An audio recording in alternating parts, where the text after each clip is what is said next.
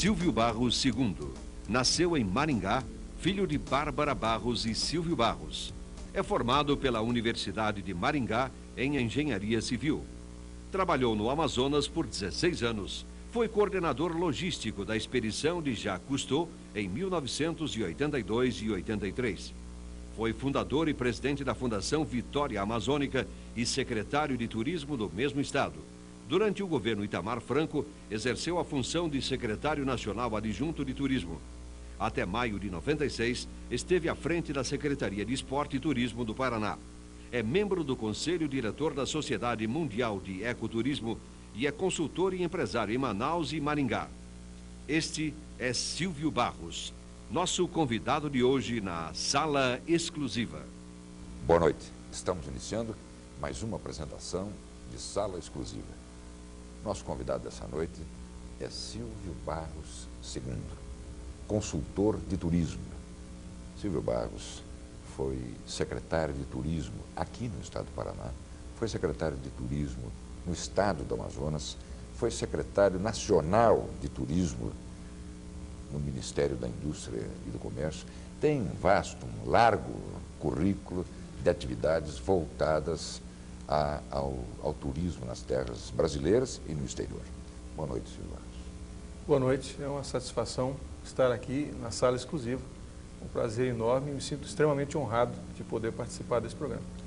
Como a nossa conversa essa noite é sobre turismo, nós tomamos a liberdade de convidar para participar conosco na bancada de perguntadores um dos homens ligados há muitos anos ao turismo aqui no estado do Paraná e que é diretor dessa casa, diretor da TV Exclusiva, e é o Davi Rassi. E como sempre, a presença permanente do nosso analista político, Silvio Sebastiani.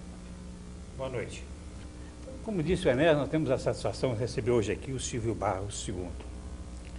O Silvio Barros II é filho de um grande amigo nosso, Silvio Barros. Silvio Barros foi prefeito de Maringá, vereador de Maringá, deputado estadual, deputado federal, prefeito de Maringá, sempre dentro do mesmo partido, do MDB, nunca mudou de partido, falecido em 1979. Foi uma perda muito grande para nós, Enéas e eu, principalmente, que eram muito ligados ao Silvio. O Silvio foi que nos ajudou muito na carreira política também. Foi nosso orientador político, nosso companheiro político por muitos anos. E hoje nós temos essa satisfação aqui na Sala Exclusiva de receber seu filho, o Silvio Barros II. É uma grande satisfação que nós temos, Silvio, de recebê-lo aqui conosco. A você, ao Ricardo Barros, que é deputado federal, que também nós conhecemos mocinho lá em Maringá, quando constantemente Enéas e eu íamos visitar seu pai quando prefeito de Maringá, de 72 até 76. Silvio Barros, nós te conhecemos mocinho, menino ainda lá, e queremos você, formou-se em engenharia, e queríamos saber como é que você foi entrar, para surpresa nossa, nessa área de turismo. Como é que você entrou na área de turismo? Olha, meu xará, a surpresa foi minha também. Eu, na verdade, estudei engenharia, fiz engenharia ambiental na Universidade Estadual de Maringá, fiz engenharia civil, me especializei na área de engenharia sanitária e ambiental, mas eu queria, por várias razões, eu queria trabalhar fora do Paraná. Aliás, uma coisa que magoou muito meu pai, né? Porque ele imaginava que depois de ter trabalhado tanto e ter construído um nome no Paraná, eu querer sair daqui era até um desprestígio para ele. Mas para mim era importante mostrar que eu tinha meu próprio valor. Cheguei no Amazonas, não conhecia ninguém, não tinha um contato lá, nunca fiquei em hotel, nunca comi em restaurante. Fui recebido por pessoas que eu nunca tinha visto na minha vida, mas tive meu emprego e trabalhei na área de meio ambiente durante algum tempo. Enquanto estava na área do meio ambiente, no núcleo de controle e preservação do meio ambiente, a Comissão de Desenvolvimento Econômico lá do Amazonas, eu comecei a desenvolver paralelamente um projeto de educação ambiental, porque eu fiquei chocado de ver como as pessoas do Amazonas não tinham nenhum respeito pelo meio ambiente. Jogavam lixo na frente de casa, destruíam as coisas, matavam os animais, e aquilo chocou um pouco, né? Uma pessoa aqui do Sul que tinha uma outra imagem. E eu imaginava que era preciso preparar essas pessoas. Então, montei um projeto de educação ambiental que não podia ser formal, porque o nível de alfabetização lá era muito baixo. Então tinha que ser uma outra forma de preparar as pessoas para essa relação com o meio ambiente. Inventei um tal de um parque ecológico, onde as pessoas aprenderiam de uma forma dinâmica, interessante, como se relacionar com o meio ambiente. Quando se passaram uns 9 meses, mais ou menos, o governador, na época, resolveu extinguir o núcleo do meio ambiente. Ele achou que aquilo era desnecessário. O Amazonas tem tanta floresta aí, eu não vou acabar com esse troço. Porque não era o Gilberto Mestrinho? Não, não era o Gilberto Mestrinho. Até poderia ser, porque estava meio na linha dele, mas não era. E o governador extinguiu. Então eu me vi, de repente, não tinha mais motivo para eu ficar lá. O papai tinha morrido, minha mãe tocava a empresa sozinha em Maringá, o Ricardo ainda estava na faculdade, e eu resolvi voltar para o Paraná. Peguei aquele projeto, já vinha desenvolvendo há algum tempo, e levei na empresa estatal de turismo lá. Fiz uma visita ao presidente e disse, olha, eu estou retornando ao Paraná, fiz isso aqui, então, de repente, pode até servir para vocês, porque a forma de viabilizar o tal do parque era o turismo, que a população local não poderia pagar. Deixei o projeto, me despedi, fui embora, arrumar minhas coisas. Uns 2 dias depois, ele me telefona e disse assim, olha, eu li o seu projeto, e eu tenho uma vaga de diretor de planejamento aqui na empresa estatal. É um cargo até melhor do que o que você tem. Você não quer ficar aqui, não? E eu acabei aceitando. Em função do projeto, aceitei o convite e fui trabalhar na empresa estatal de turismo. E turismo, diga o nosso amigo Davi Rassi, é uma cachaça.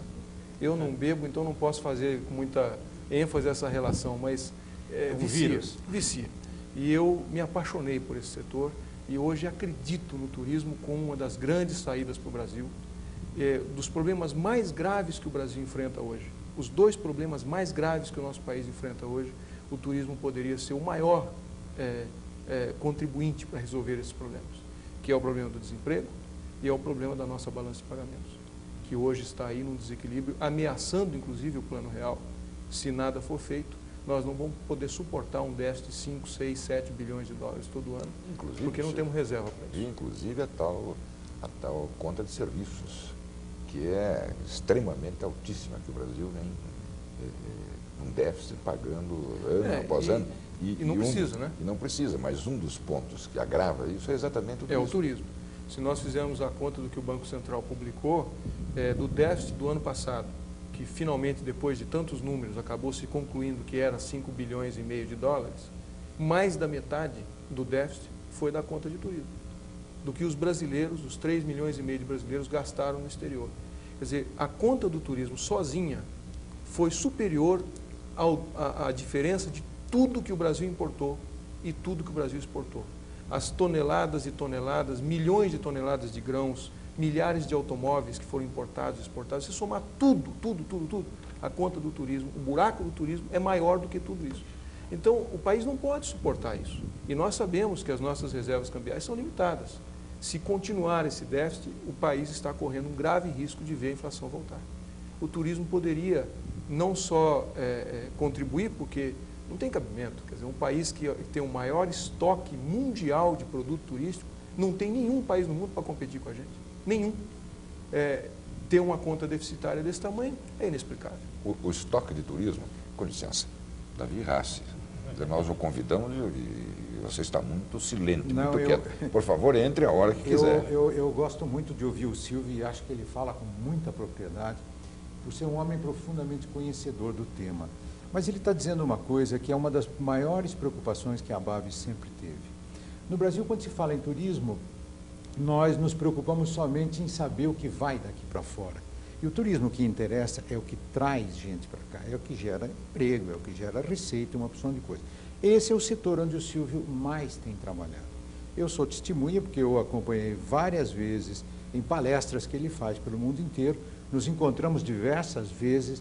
Uma delas, por exemplo, me recordo muito bem, uma coisa que me emocionou bastante, ele fez uma palestra, porque fala diversos idiomas, falando sempre no idioma local, fez uma palestra fascinante num congresso da Cotal, no Panamá, e foi aplaudido de pé por cerca de 2.000 pessoas, falando sobre ecoturismo.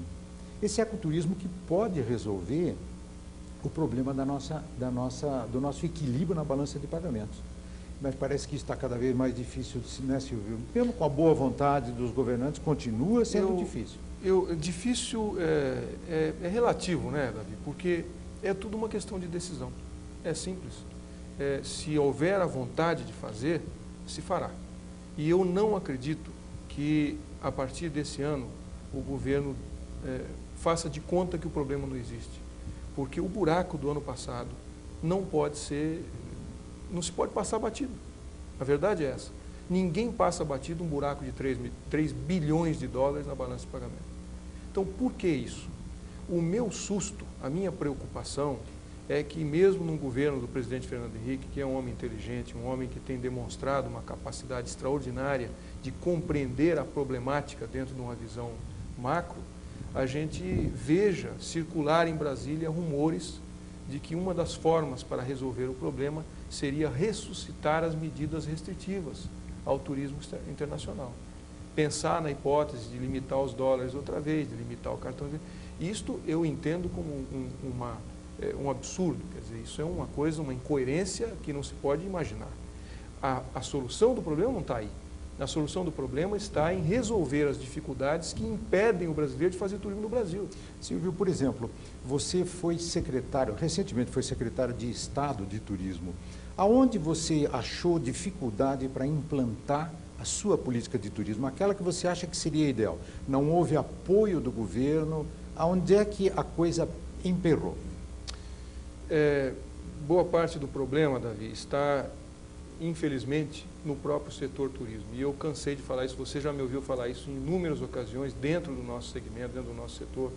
A alienação política do setor turismo é, em grande parte, responsável por isso. Porque, na hora que um governador resolve tomar a decisão de investir em turismo, aparecem todos os outros políticos pressionando para que ele aplique esse dinheiro em outras coisas que são mais importantes aos olhos da comunidade. Não há dúvida de que, se você tiver que aplicar 2, 3, 5, 10 milhões de dólares numa Secretaria de Turismo, ou aplicar isso na Secretaria de Educação, de Saúde, de Transportes, para a população é muito mais importante aplicar nos outros. Por que aplicar isso tudo? Por que gastar isso em papel, em propaganda, em anúncio? Não se percebe o vínculo das coisas. Mas o que nós cansamos de colocar é o seguinte: quando você precisa equilibrar as contas do governo, a gente devia fazer o que a gente faz em casa. Você reduz a sua despesa, corta a despesa e aumenta a receita.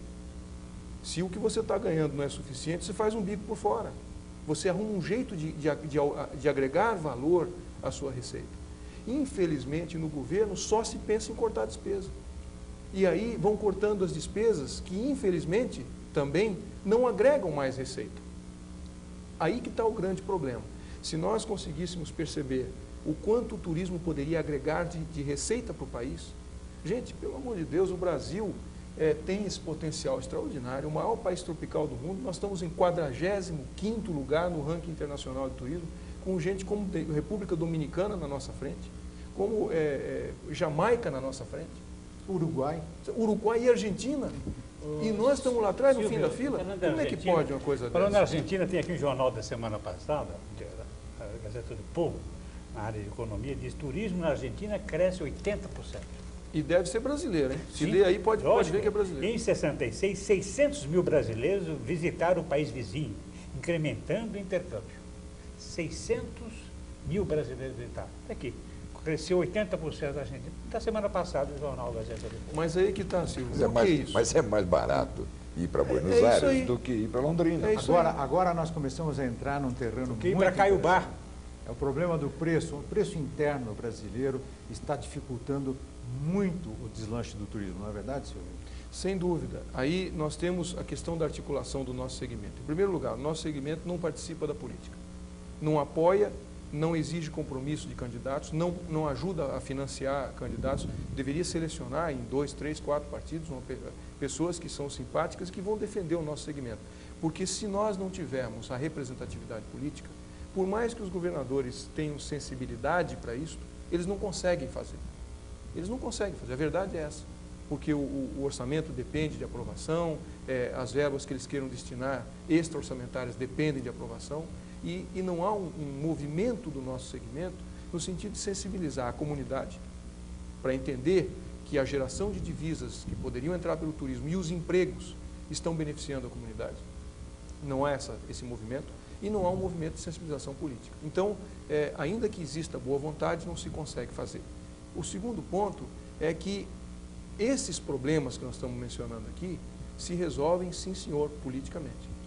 Por que que é mais barato você pegar um avião em São Paulo e ir até Buenos Aires do que você pegar o mesmo avião, sentar do lado do camarada que vai para Buenos Aires e descer em Porto Alegre? Por que que você paga mais caro para descer em Porto Alegre? Que é 1h e pouco de viagem mais curta. Né? Por que que você faz isso? Não tente me explicar tecnicamente, porque vai perder seu tempo. Ninguém consegue explicar tecnicamente. Não é racional então, isso, né? se não se consegue explicar tecnicamente, se explica como? Politicamente. E por que que não se resolve o problema? Porque está faltando essa articulação, essa decisão política de resolver. E eu acho que com o tamanho do buraco no balanço de pagamentos do ano passado e com a pressão, o outro calcanhar de Aquiles do governo, se pretende a reeleição, tem que arrumar uma saída para o negócio do desemprego. Tem que arrumar uma saída. E, gente... Você acha que essa é uma grande saída? Mas não acho, eu tenho certeza. O turismo poderia gerar no Brasil, seguramente, a curtíssimo prazo, curtíssimo, nós estamos falando de meses, não é de anos, a curtíssimo prazo, 500, 600, 1 milhão de empregos, rapidamente, empregos diretos. Porque o turismo é o maior empregador do mundo. Só não é no Brasil, mas no mundo é. Existe. No mundo é assim. O No exemplo mundo, está o turismo comprovado. é o maior empregador do mundo.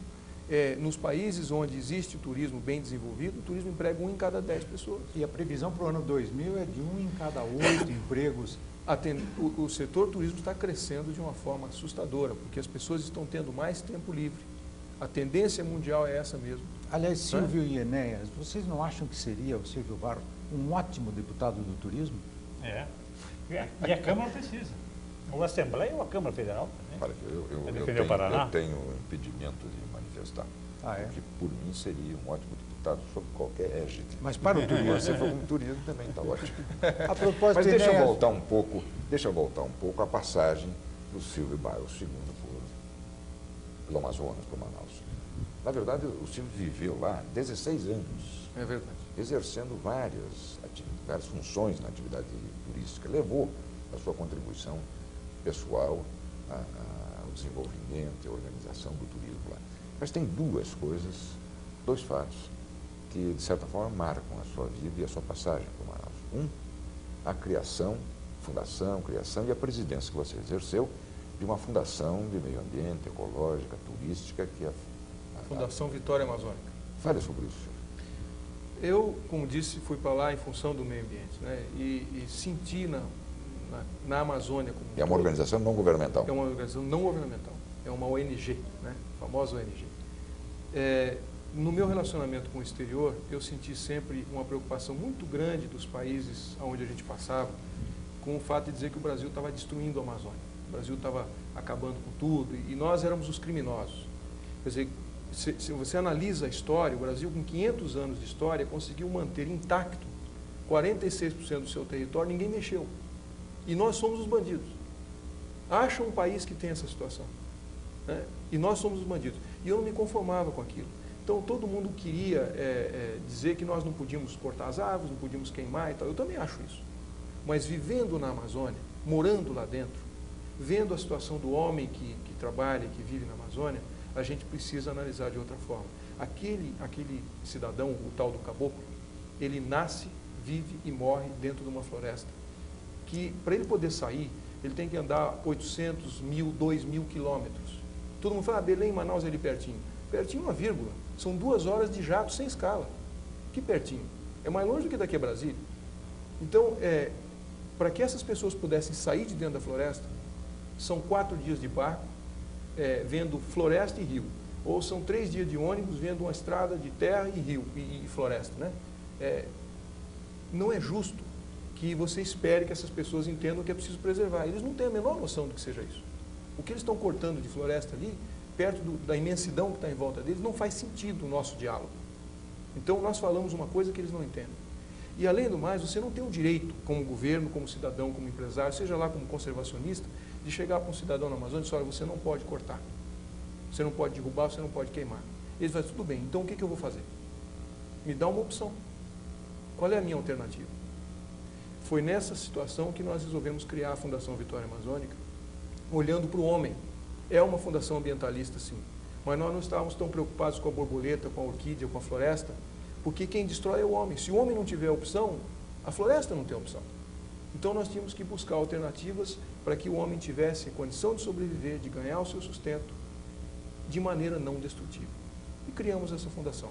E eu te confesso, Inês, que a questão de uns 2 meses atrás, lendo a Veja, eu me emocionei muito, derrubei algumas lágrimas, porque numa matéria da Veja sobre os parques nacionais, havia uma menção de que entre todas as ações de entidades não governamentais, inclusive a Fundação Boticário, que faz um trabalho excepcionalmente bom, e várias outras entidades, a Biodiversitas, em Minas Gerais, a fundação que mais se destacou no país inteiro foi uma tal de Fundação Vitória Amazônica, lá no Amazonas, que é a fundação que nasceu dentro da minha sala, dentro da minha empresa, que eu sustentei durante 3 anos e fui o primeiro presidente. Hoje ela tem 34 funcionários, recebe dinheiro de vários países da Europa e apresenta soluções para o homem da Amazônia ter uma alternativa de desenvolvimento sustentável, para que ele possa sustentar e criar a sua família sem destruir, mas aproveitando o recurso natural daquela região. Então isso marcou realmente muito a minha vida e é uma coisa que eu tenho muito orgulho de ter podido participar.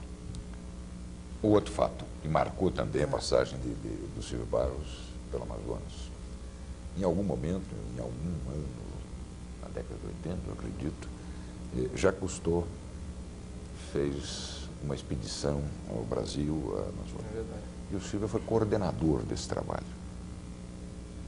Importante isso, Silvio. Para a minha vida foi fundamental. Mudou o rumo da minha vida. Ter trabalhado com Jacques Cousteau durante 2 anos foi uma das experiências mais extraordinárias que eu tive até hoje. E eu admito, mudou completamente o rumo da minha vida, porque ali eu criei as raízes na Amazônia, eu percorri a Amazônia inteira, com tudo que ele tinha, avião, helicóptero, barco, navio Calypso, caminhão anfíbio, tudo que ele tinha lá. Eu coordenei a logística da expedição no Brasil, na Colômbia, na Venezuela, no Peru. E foi um trabalho extraordinário. Eu nunca esperava um dia ser convidado para isso, né? Mas, como eu digo, quando Deus faz as coisas, faz direito. Me levou para lá e tinha um plano que, na realidade, se cumpriu na minha vida de uma maneira muito marcante. Eu aprendi muito com Jacques Cousteau. Aprendi lições que têm balizado a minha vida, que me serviram, estão me servindo, que vão me servir até o dia que eu passar desse mundo. Então, foi realmente uma fantástica experiência. Ele é um homem extraordinário. E nós estamos, então, hoje, eu e todas as pessoas com quem eu tenho tido oportunidade de conviver, sorvendo essas lições extraordinárias de ter tido a convivência com Jacques Cousteau. E de maneira científica, técnica, sei lá, isso trouxe algum benefício ao Brasil, em especial à região? Principalmente a região, porque o Amazônia foi divulgado na época para o mundo inteiro. 280 milhões de pessoas assistiram 7 horas de documentário sobre a Amazônia. Estamos chegando ao final do tempo desse primeiro bloco. Nós vamos fazer uma pausa que é pequena, Silvio. É um rápido intervalo e voltamos em seguida com Silvio Barros e Sala Exclusiva.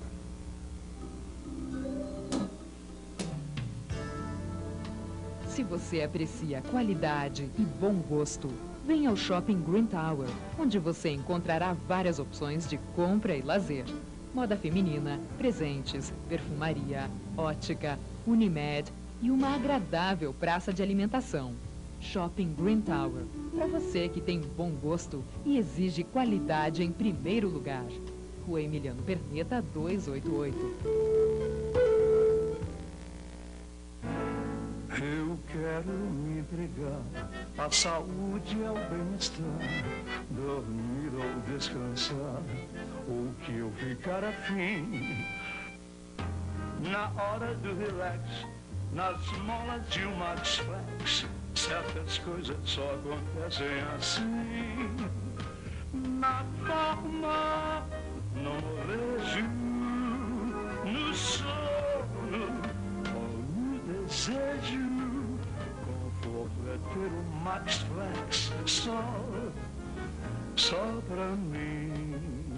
Bordado ao nacional, Max Flex, o máximo em colchão. Não perca, na Eliana de Abril, toda a nudez de Marcela Milk, esperando por você, nas bancas.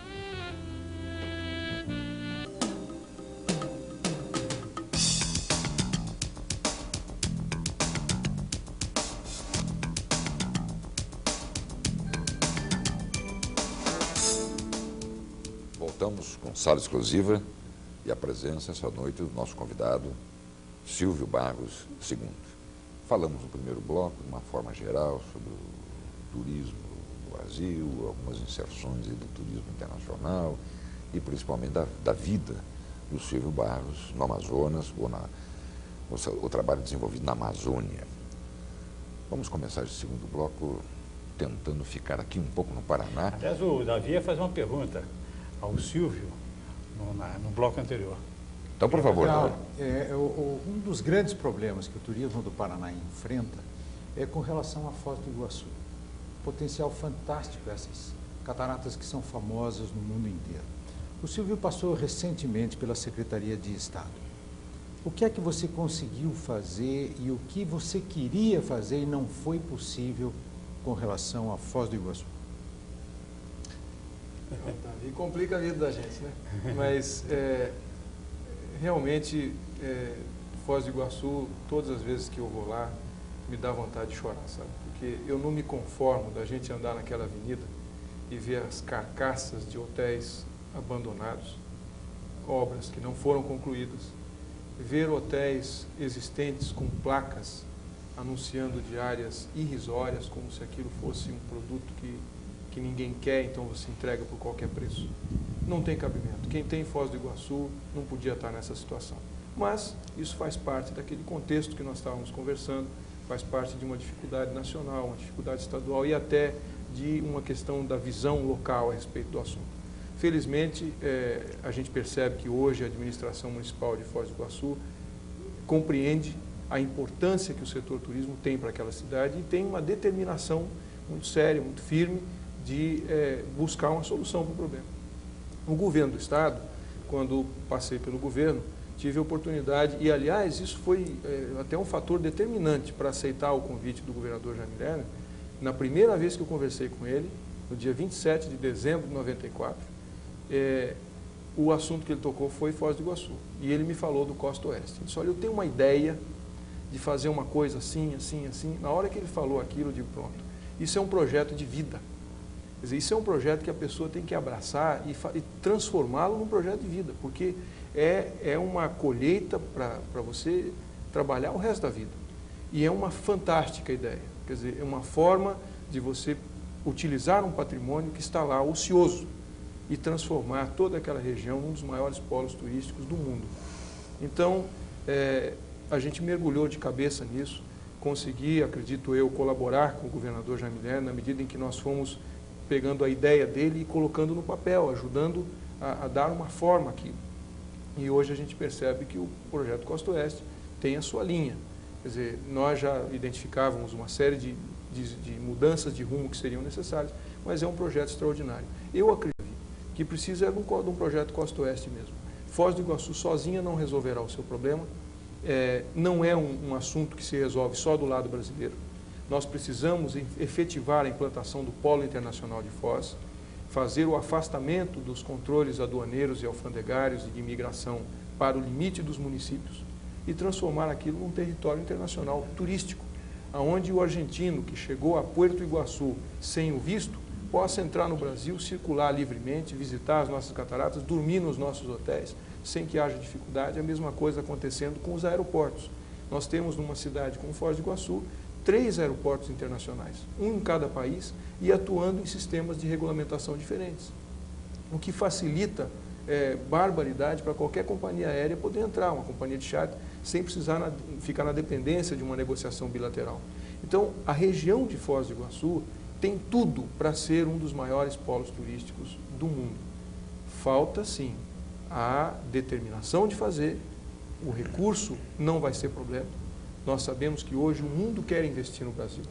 Agora, em janeiro, o presidente da Embratur, Caio Carvalho, me solicitou que o representasse numa conferência em Los Angeles. Ele não podia ir e estava lá agendado para fazer uma palestra e essa conferência é organizada pela Universidade da Califórnia e pelo Banco Mundial. E quando o Caio disse que não podia ir, eles pediram que eu fosse.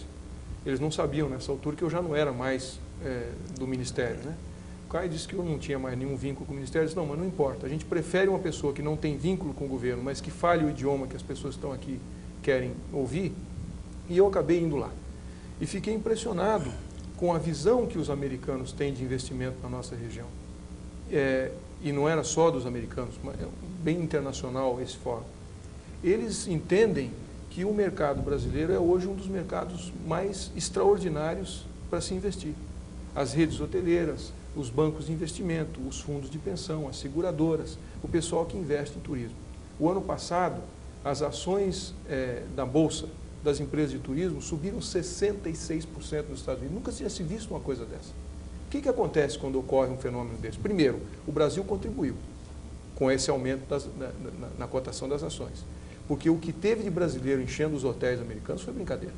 Claro que a recuperação da economia americana no ano passado fez com que o turismo doméstico tivesse uma explosão e isso fez com que as empresas de turismo ganhassem muito, as ações sobem. O que acontece quando as ações de um determinado segmento sobem?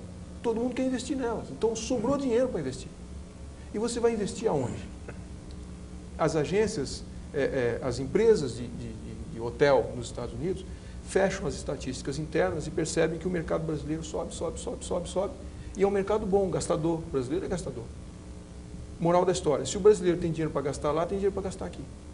Hoje, a situação de exportação, de repatriação de lucros, a situação da estabilidade da moeda, abre o mercado. Por que o Renascença está inaugurando esse mês em São Paulo um hotel de 110 milhões de dólares? Basicamente por causa dos eventos, não é, Silvio? Mas basicamente porque o Brasil hoje sinaliza como um país que tem condição de dar retorno. Porque, apesar dos eventos de São Paulo, Davi, você sabe que se a situação não tivesse equacionada na repatriação de lucros, não tivesse equacionada na inflação, o Renascença não entraria aqui. Esse é um outro aspecto que eu queria ver com você, Silvio, o problema dos eventos. O turismo de eventos é dos setores que mais cresce no mundo inteiro.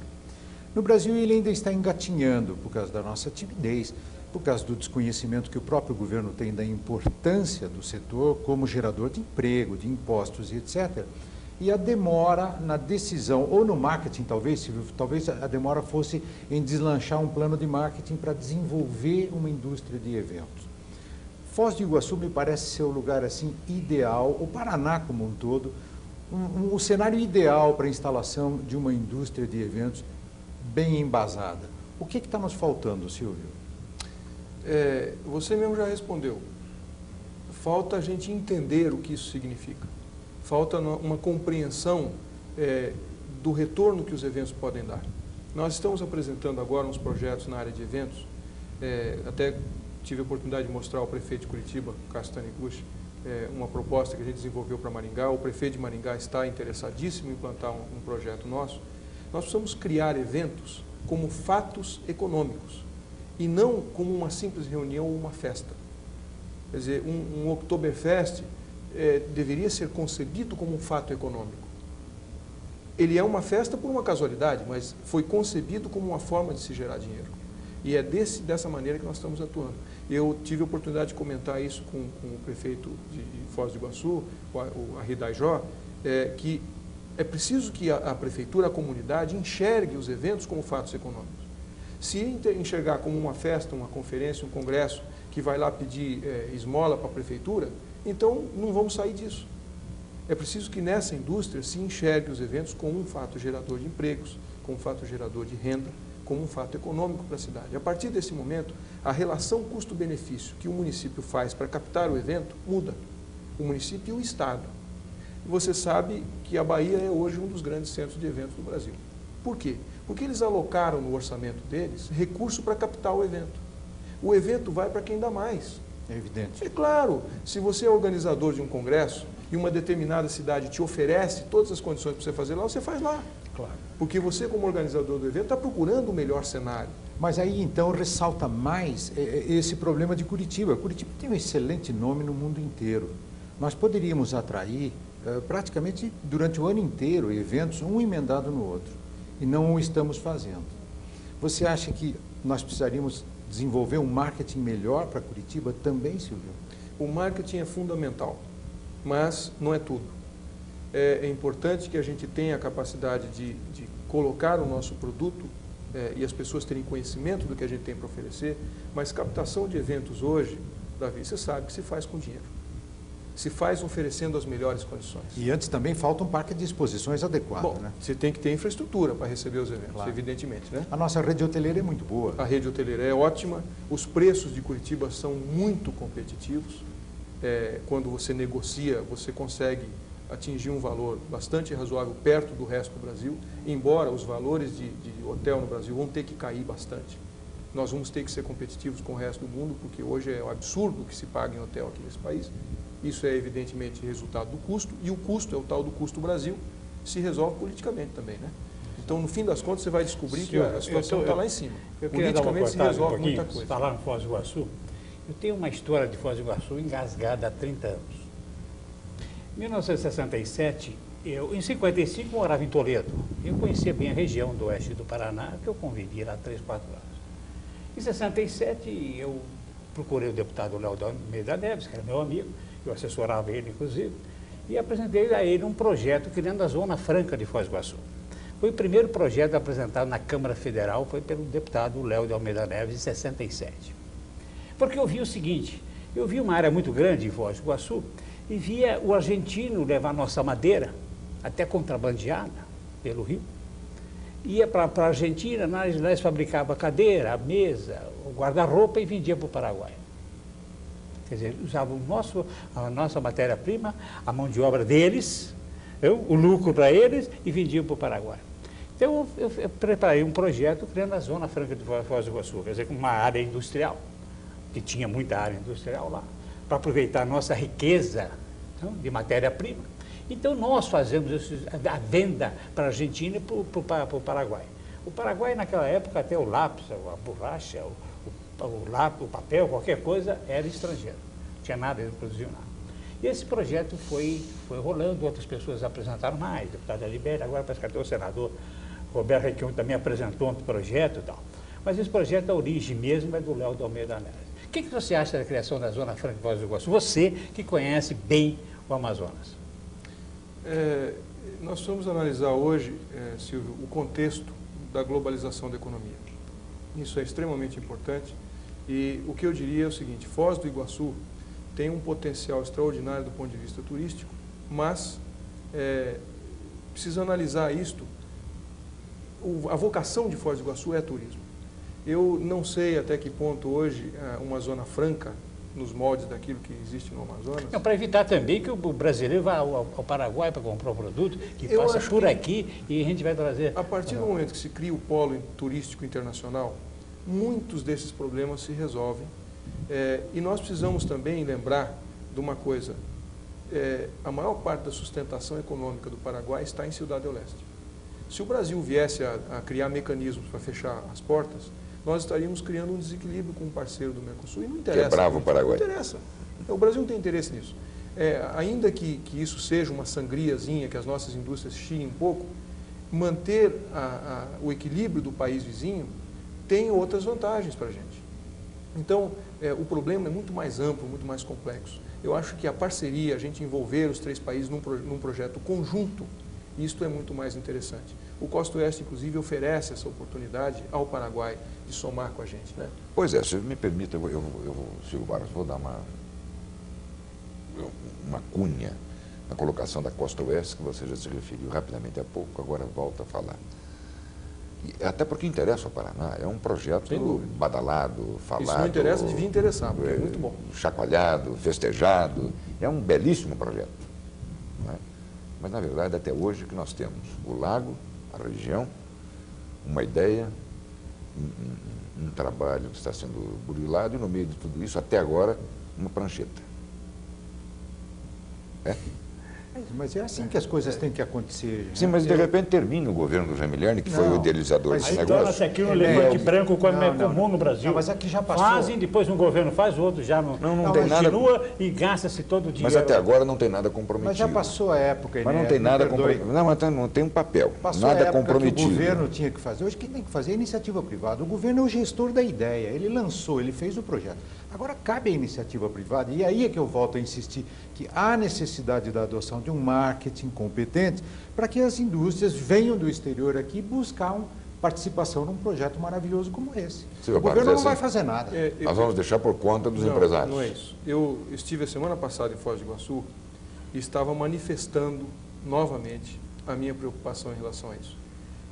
Eu não posso emitir opinião porque dá a impressão que eu estou fazendo uma crítica, porque eu passei pelo governo, saí e tal, e eu não quero entrar nessa questão.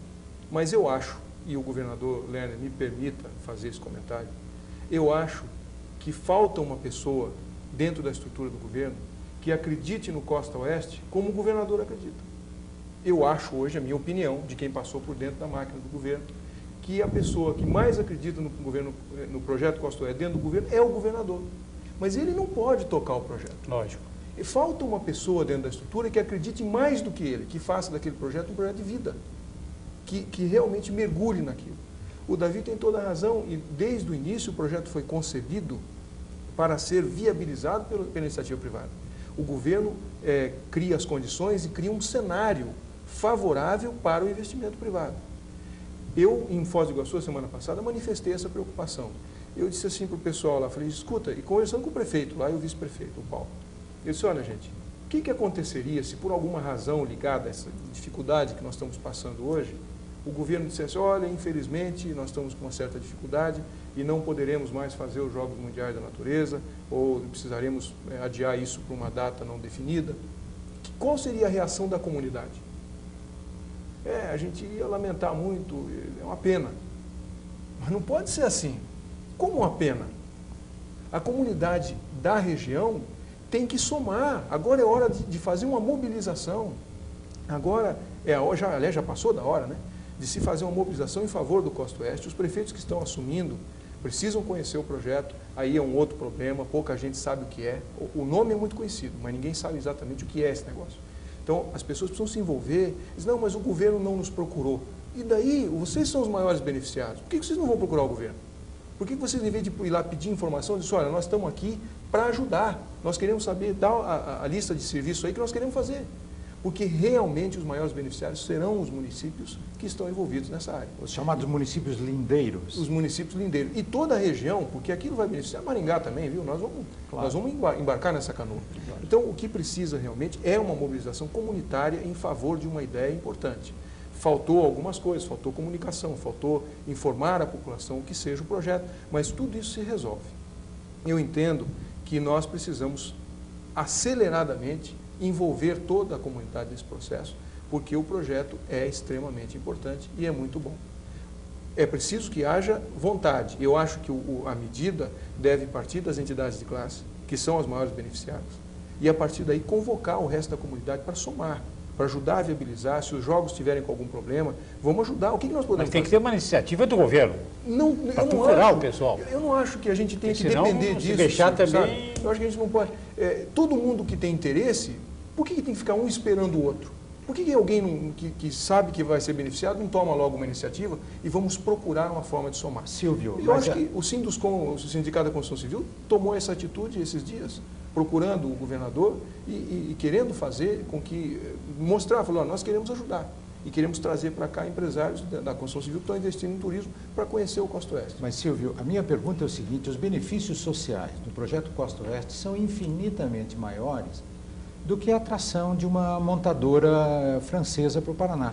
Não obstante, a divulgação que se dá para a montadora francesa é astronomicamente maior do que a que se dá para o projeto Costa Oeste. Por quê? Eu acho, Davi, e aí eu espero que a gente possa ser bem compreendido nas colocações, eu acho que o maior problema do projeto Costa Oeste, em relação a essa comparação que você fez, é a falta de interlocutor. No caso da montadora francesa, tinha alguém para conversar. Você tinha um interlocutor do outro lado com quem se faziam todas as discussões, os debates, se traziam os problemas. Na Costa Oeste, nós não temos o interlocutor do outro lado. Você não tem a coordenação de todos os beneficiados para conversar com o governo. Então, o governo fica numa situação complicada de poder interagir. Eu digo isso porque eu fui secretário e sei que é essa situação. A gente sentado naquela cadeira, todo mundo tem com quem falar, eles vêm falar com a gente. Se o assunto é problema, qualquer pessoa no Paraná inteiro sabe que deve falar com o secretário. E eu, se quiser falar com o setor turismo do Brasil, eu falar com quem? Se eu precisar apresentar uma proposta, discutir uma questão com o setor turístico paranaense, fala para mim, com quem que eu falo? Com a BAV. Com a Mas, base, Silvio, vou tratar com os eu faço agentes de uma viagem, pergunta. e que você mesmo falou, que cuidam do emissivo e não do receptivo. Exatamente. Com quem que eu faço? Eu faço uma pergunta. O governo tem orçamento necessário para cobrir uma parte, como é o caso da Renault, que o governo vai cobrir, entrar com 40%, declaração até semana passada, do presidente da Assembleia, deputado Aníbal Cury, que o governo vai contribuir com 40% da Renault. Eu pergunto se o governo tem condições também de cobrir com 40%, ou 20%, ou 80% em cima da Costa Oeste? Eu acho que até aí é uma questão de definir o quê, né? Cobrir 40% de quê? É claro que do o custo. governo, sim, mas o custo da implantação da Costa Oeste para o governo é muito pequeno.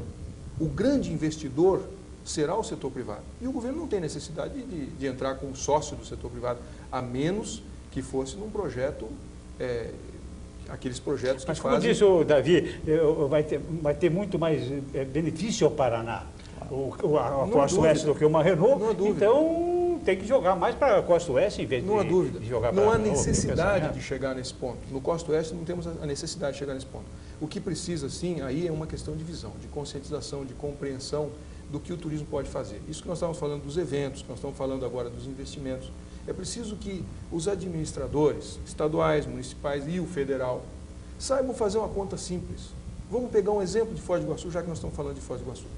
O Mabu inaugurou agora lá o hotel dele há poucos meses atrás, certo? Gastou lá 17 milhões de dólares ou 15 milhões de dólares, coisa assim. Está gerando lá os seus 300 empregos. Vamos supor que uma indústria, que o município atraísse uma indústria para lá para gerar 300, 400 empregos. Daqui 5 anos, daqui 10 anos, quantos empregos você acha que o hotel teria? Os mesmos 300 ou um pouco mais, provavelmente. E a indústria? Muito mais. Muito menos. Não mais? Para que a indústria pudesse sobreviver, ela teria que se modernizar, vai substituir gente por máquina. Ou ela quebra. E cada vez mais a automação... Não tem jeito de escapar disso, meu amigo. A cada dia se cria uma máquina nova e se você não comprar, você não tem condição de competir com o seu concorrente. Então, na visão social e na visão econômica, o emprego gerado no setor turismo é um emprego perene. Esse emprego tem vida longa.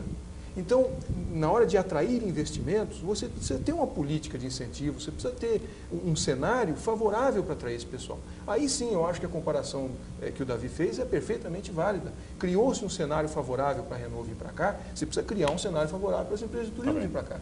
E aí eu queria colocar uma pergunta para o nosso mestre de cerimônias, o Enéas, que já militou no Senado. O que acontece, Enéas, com as nossas casas legislativas na hora de entender o problema do turismo? O que está faltando? Davi, eu até podia dizer muita coisa, alguma coisa, certo ou errado, mas toda essa atividade ficou lá. Hoje eu sou aqui mero, simples, modesto e humilde perguntador, não é? Os nossos convidados é que tem que depor, tem que trazer as suas ideias. Eu acho que, na verdade, o que falta não é só nas casas legislativas, falta lá, falta no governo, e falta até na comunidade, não é? Vontade para que as coisas aconteçam. Vontade política para que determinados fatos se tornem realidade. Porque, na verdade, quando se quer, se faz acontecer. Perfeito. Falando em comunidade, a tese que você vem agitando aí, do engajamento da comunidade, eu não queria terminar o programa sem perguntar sobre isso.